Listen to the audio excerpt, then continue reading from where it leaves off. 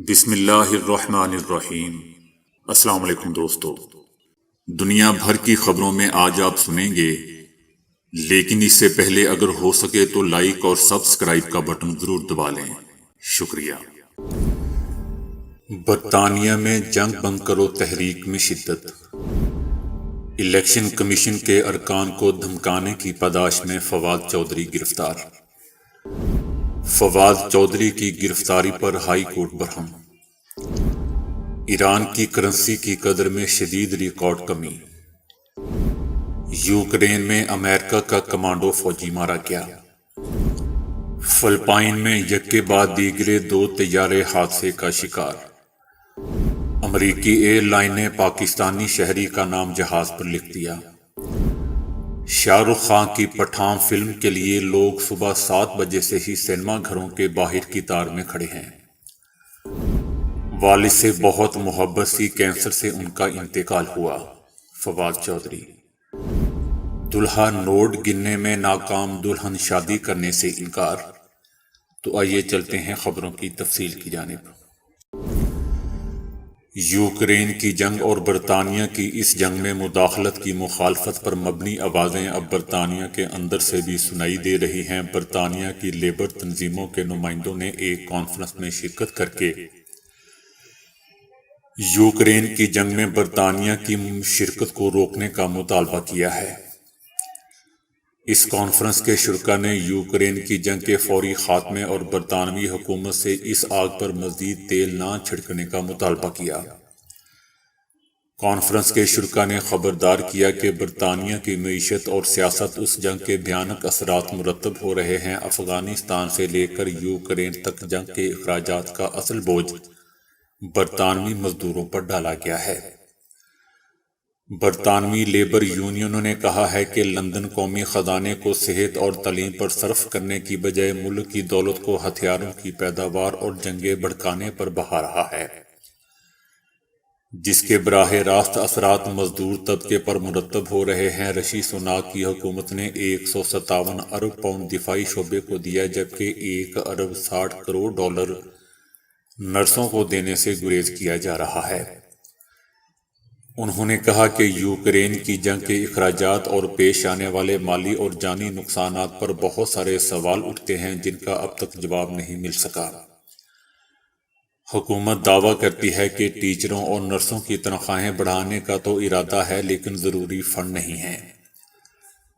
اب عوام نے حکومت کے نعروں پر بھروسہ کرنا چھوڑ دیا ہے، کیونکہ دولت مندوں کی بڑھتی دولت اور غریبوں کی بڑھتی غربت انہیں واضح طور پر نظر آ رہی ہے۔ کانفرنس کے شرکاء نے برطانوی حکومت کو جنگ یوکرین کو مزید ہوا دینے اور امن کی ہر کوشش کو ناکام بنانے میں ملوث قرار دیا۔ جنگ بند کرو تحریک کی جانب سے منعقدہ اجلاس میں زور دے کر کہا گیا ہے کہ برطانوی حکومت نہ صرف یوکرین کو بھاری ہتھیار دے رہی ہے، بلکہ امداد فراہم کرنے کے لیے دوسرے ممالک پر بھی دباؤ ڈال رہی ہے۔ کانفرنس کے منتظمین اور شرکاء نے کہا کہ یوکرین اور روس سے جنگ کے فوری خاتمے کی اپیل کی جاتی ہے، کیونکہ اس کے تباہ کن اثرات دنیا بھر کے مزدوروں پر مرتب ہو رہے ہیں اور اس کے نتیجے میں ایٹمی جنگ کا خطرہ بھی بڑھتا جا رہا ہے۔ اسلام آباد پولیس نے فواد چودھری کو گرفتار کر لیا ہے۔ فواد چودھری کے خلاف الیکشن کمیشن کے سیکرٹری کی مدیت میں منگل کو اسلام آباد کے تھانہ کوہتار میں مقدمہ درج کیا گیا تھا۔ مقدمے پر کارروائی کرتے ہوئے اسلام آباد پولیس نے فواد چودھری کو لاہور میں ان کی رہائش گاہ سے حراست میں لے لیا۔ فرق حبیب کے مطابق پولیس اہلکاروں نے فواد چودھری کے ڈرائیور سے گاڑی کی چابی بھی چھین لی، جس کے بعد ٹھوکر نیاز بیگ کے راستے فواد چودھری کو شہر سے باہر لے جایا گیا۔ الیکشن کمیشن کے سیکرٹری کی جانب سے درج مقدمے میں فواد چودھری کے ایک حالیہ بیان کو وجہ بنایا گیا ہے۔ فواد چودھری نے چند روز پہلے میڈیا سے گفتگو کرتے ہوئے کہا تھا کہ الیکشن کمیشن کو خبردار کرتے ہیں کہ اگر زیادتیوں کا سلسلہ جاری رہا تو انہیں اس کی قیمت چکانی پڑے گی۔ فواد چودھری نے کہا تھا کہ الیکشن کمیشن کی حیثیت ایک منشی کی سی ہو گئی ہے اور جو لوگ نگراں حکومت میں لگ رہے ہیں ان کا سزا ہونے تک پیچھا کیا جائے گا۔ فواد چودھری کے خلاف درج مقدمے میں غداری کی دفعہ 124A بھی شامل ہے، جس کی سزا عمر قید ہے۔ لاہور ہائی کورٹ نے فواد چودھری کو فوری پیش کرنے کا حکم دیتے ہوئے پنجاب اور اسلام آباد کے آئی جیز کو طلب کر لیا ہے۔ ہائی کورٹ میں فواد چودھری کو حبس بے جا میں رکھنے کے خلاف درخواست پر سماعت ہوئی۔ عدالت نے 1:30 بجے فواد چودھری کو پیش کرنے کا حکم دیا تھا۔ وقت کے بعد دوبارہ سماعت ہوئی، لیکن فواد چودھری کو پیش نہ کیا گیا، جس پر عدالت نے برہمی کا اظہار کرتے ہوئے حکم دیا کہ فواد چودھری جہاں بھی ہیں فوراً عدالت میں پیش کیا جائے۔ اطلاعات ہیں کہ فواد چودھری کو اسلام آباد لے گئے ہیں۔ جسٹس طارق سلیم شیخ نے حکم دیا کہ جو میں آرڈر کرتا ہوں عمل درآمد کے لیے کرتا ہوں۔ میرے آرڈر ہیں کہ فواد چودھری کو عدالت میں پیش کیا جائے۔ ایڈیشنل ایڈوکیٹ جنرل پنجاب نے کہا کہ آدھا گھنٹہ دیں، ابھی عمل درآمد کراتا ہوں۔ عدالت نے سماعت 2 بجے تک ملتوی کر دی۔ 2 بجے سماعت ہوئی، تب بھی فواد چودھری کو عدالت میں پیش نہ کیا گیا، جس پر عدالت نے سماعت 3 بجے تک ملتوی کر دی۔ 3 بجے سماعت دوبارہ شروع ہوئی تو فواد چودھری کے وکلاء نے عدالت کو آگاہ کیا کہ پولیس فواد چودھری کو لے کر اسلام آباد روانہ ہو گئی ہے،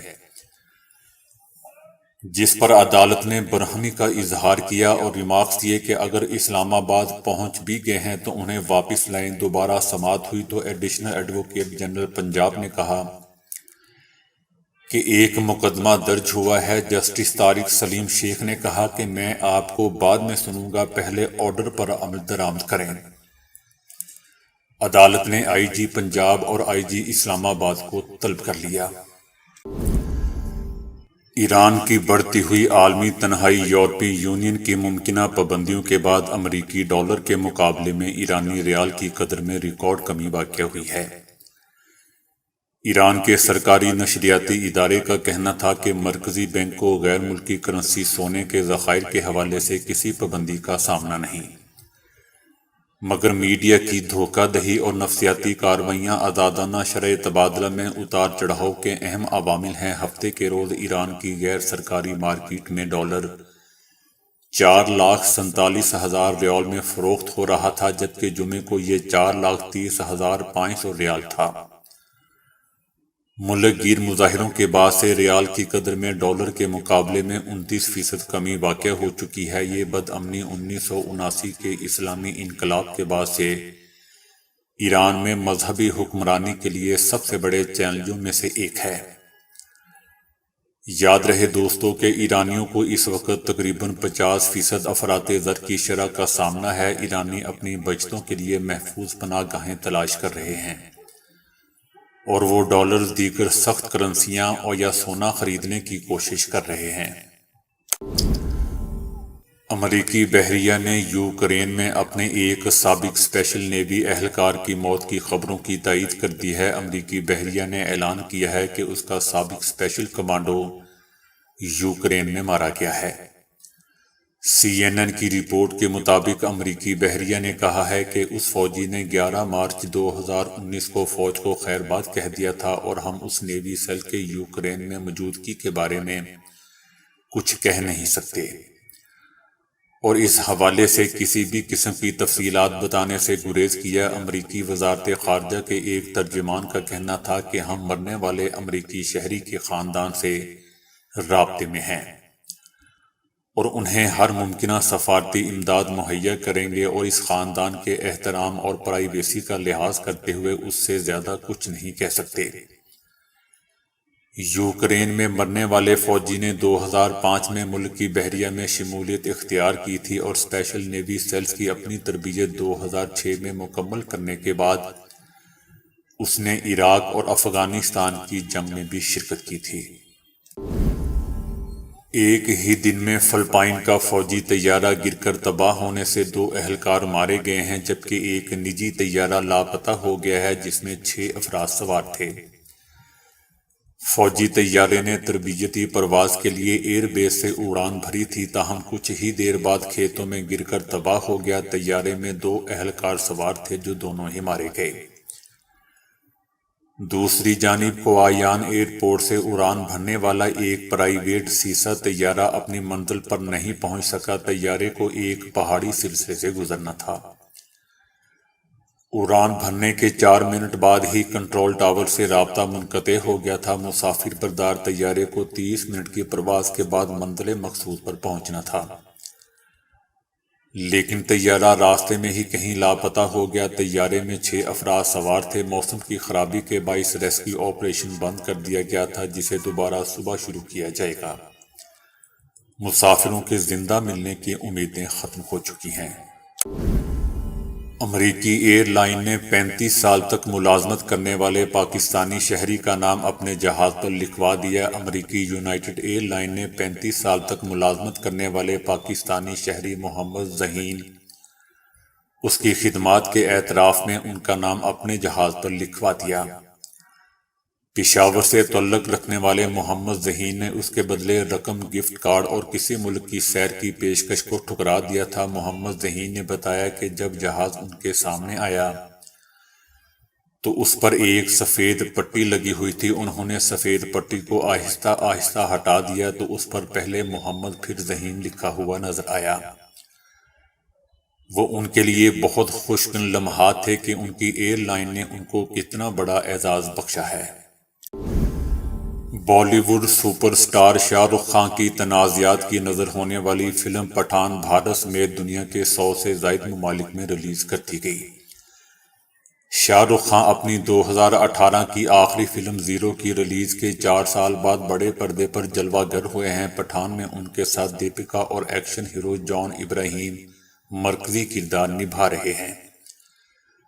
پٹھان نے ریلیز سے پہلے ہی پہلے دن کے 4 لاکھ ایڈوانس ٹکٹس فروخت کرنے کا ریکارڈ بھی قائم کیا ہے۔ شاہ رخ خان کے مداح ان کی نئی فلم دیکھنے کے لیے بے صبری سے انتظار کر رہے تھے اور صبح 7 بجے سے ہی سنیما گھروں کے باہر قطار میں کھڑے تھے۔ فلم کو بھارت سمیت دنیا کے 100 ممالک میں ریلیز کیا گیا ہے، جہاں پہلے ہی شاہ رخ خان کی فلم اور گانوں کے خوب چرچے ہو رہے تھے۔ فلم میں سلمان خان بھی رول ادا کر رہے ہیں، جہاں وہ چلتی ٹرین میں دھواں دار انٹری دیتے ہوئے شاہ رخ خان یعنی پٹھان کو بچانے کے لیے پہنچتے ہیں۔ ایک انٹرویو میں فواد چودھری کا کہنا تھا کہ وہ میٹرک تک ایک اچھے طالب علم نہیں تھے، مگر میٹرک کے بعد انہوں نے اپنی تعلیم پر خاص توجہ دینا شروع کر دی تھی۔ کلاس میں میرے پاس سب سے زیادہ معلومات ہوتی تھی، کیونکہ میں نصاب کے علاوہ دوسری کتابوں کا زیادہ مطالعہ کرتا تھا۔ جہلم سے تعلق رکھنے والے فواد چودھری نے بتایا کہ وہ منگلہ کے قریب گاؤں میں رہتے تھے، وہاں انہوں نے ایک آرمی اسکول سے تعلیم حاصل کی۔ بعد میں گورنمنٹ کالج لاہور چلے گئے، جہاں سے میں نے اپنا گریجویشن مکمل کیا۔ ابا سے میری بہت دوستی تھی، بدقسمتی سے ان کی کینسر سے موت ہو گئی۔ میرے والد ایک دلیر آدمی تھے، کئی سال تک انہوں نے کینسر کا مقابلہ کیا مگر وہ جان کی بازی ہار گئے۔ فواد چودھری نے بتایا کہ بھائیوں میں سب سے بڑا ہوں، ہمارا جوائنٹ فیملی سسٹم تھا۔